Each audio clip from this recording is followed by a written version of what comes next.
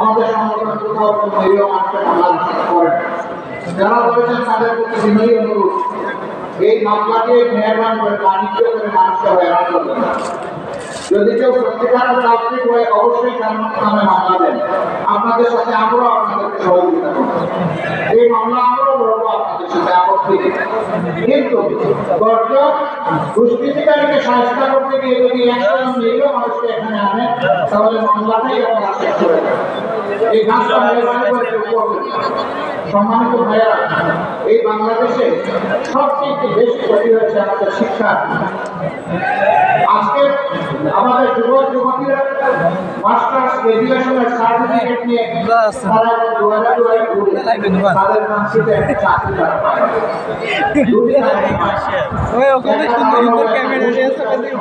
মানুষের কৃষ্ণ হাইজ্যাক হয়ে গিয়েছিল। এই মুসলিম বাংলাদেশকে তাদের জমিদারি মনে করত, তাদের আনুগত্য যারা করল না, তাদের জন্য এই দেশ বাঁচার কোনো অধিকার ছিল না। তাদের রামত্ব এরকম ছিল বন্ধুগণ। এখন তারা বিদায় নিয়েছে, এখন তো সেইটা থাকা উচিত। কিন্তু শিক্ষা ব্যবস্থার যে বিধ্বস্ত অবস্থা, শিক্ষার যে মান হওয়া উচিত, বিশেষ করে নৈতিক মান থাকা উচিত, আমাদের শিক্ষা ব্যবস্থার এটা একেবারেই চলে।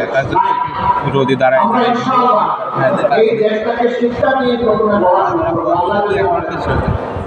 কারণ শিক্ষা জাতির মেরুদণ্ড, যেই জাতিকে জ্ঞানী এবং শিক্ষিত মানুষ তৈরি হয়, এই জাতি বিশ্বের দরবারে গৌরব করে থাকে। আর যেই জাতিতে জ্ঞানী এবং শিক্ষিত মানুষ থাকে না, এই জাতির সবসময় বিশৃঙ্খলা এবং বিপর্যয়ের মধ্যে পড়ে থাকে। আমরা আমাদের জাতিকে আর বিশৃঙ্খলায় ফেলতে দিব না। আমরা এমন শিক্ষা উপহার দিতে চাই যে আমাদের সন্তানেরা শিক্ষার পাঠ শিখে যখন বের হবে, সাথে একটা সার্টিফিকেট নিয়ে শুধু বের হবে না, সাথে একটা কাজ বের হবে। আমরা আমাদের যুবক যুবতীদের হাতকে কর্মী হাতে পরিণত করতে চাই। সেই কর্মের হাত লাগিয়ে মহানায়নে আমরা আমাদের দেশকে করতে চাই, এবং এইভাবে ভবিষ্যতের এই জেনারেশনের হাতে বাংলাদেশের আমাদের এই বক্তব্যকে কেউ কেউ বিকৃত উচ্চকুতের জায়গা থেকে প্রশ্নবিদ্ধ করে। তারা বলেন, আপনি কি দেশের মালিকদের দায়িত্ব তুলে দেবেন? অবশ্যই আমি দেশের মালিকদের একজন, কারণ এই দেশে 18 কোটি মানুষের দেশের মালিক।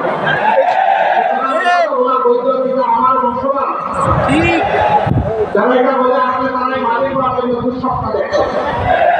তারা চায় না আমাদের যুবকরা এগিয়ে যাক। আমাদের যুবকদের এই নেতৃত্ব তাদের পছন্দ হয়নি। যাদের পছন্দ হয়েছে তারা তাদের প্রতি অবশ্যই দায়বদ্ধ করে কৃতজ্ঞতা প্রকাশ করেছে।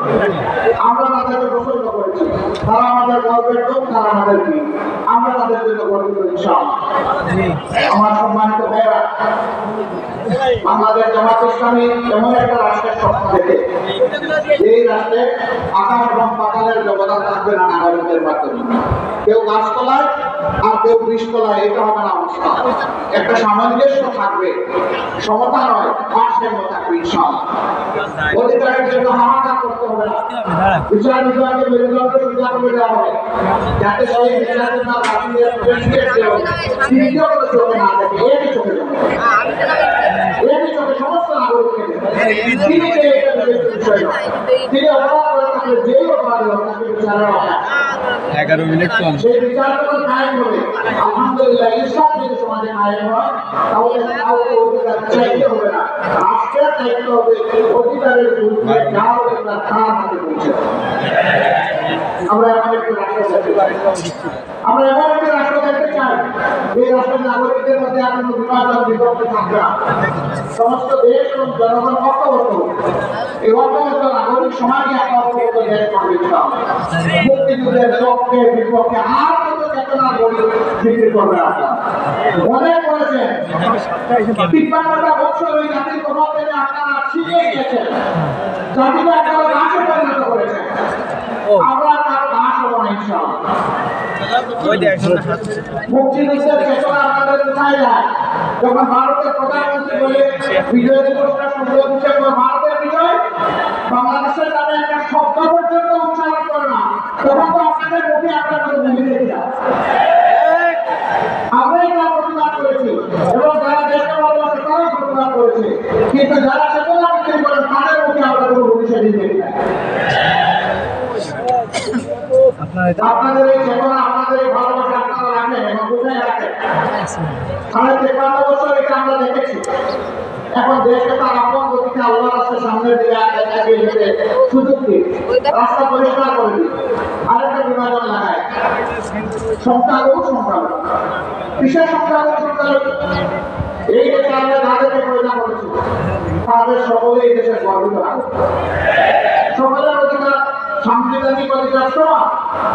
এখানে সংখ্যালঘু থেকে একটা মানুষ তার পছন্দ মতো ধর্ম সে কবুল করবে। ইসলাম ধর্ম কাউকে এই ব্যাপারে জবরদস্তি করার এখতিয়ার নেই। ধর্ম মিলেমিশে আমরা এই দেশে বসবাস করবো। আল্লাহর কাছে যার যার জবাব দিয়ে পাওয়া, আরেকজনের জবাব আমাকে দিতে হবে না, আমার জবাব আরেকজনকে দিতে হবে। সুতরাং এখানে মারামারি এবং বিভাজন বিভক্তি চলবে না, অধিকার ভঙ্গ করা চলবে না। এরা এই কথাগুলো বলে তার জন্য নির্দিষ্ট ধর্মের ভাই বোনদেরকে এরা ক্ষতি করেছে, শোষণ করেছে, লাঞ্ছিত করেছে। এদের অধিকার অনেক ক্ষেত্রে তারা কেড়ে নিয়েছে।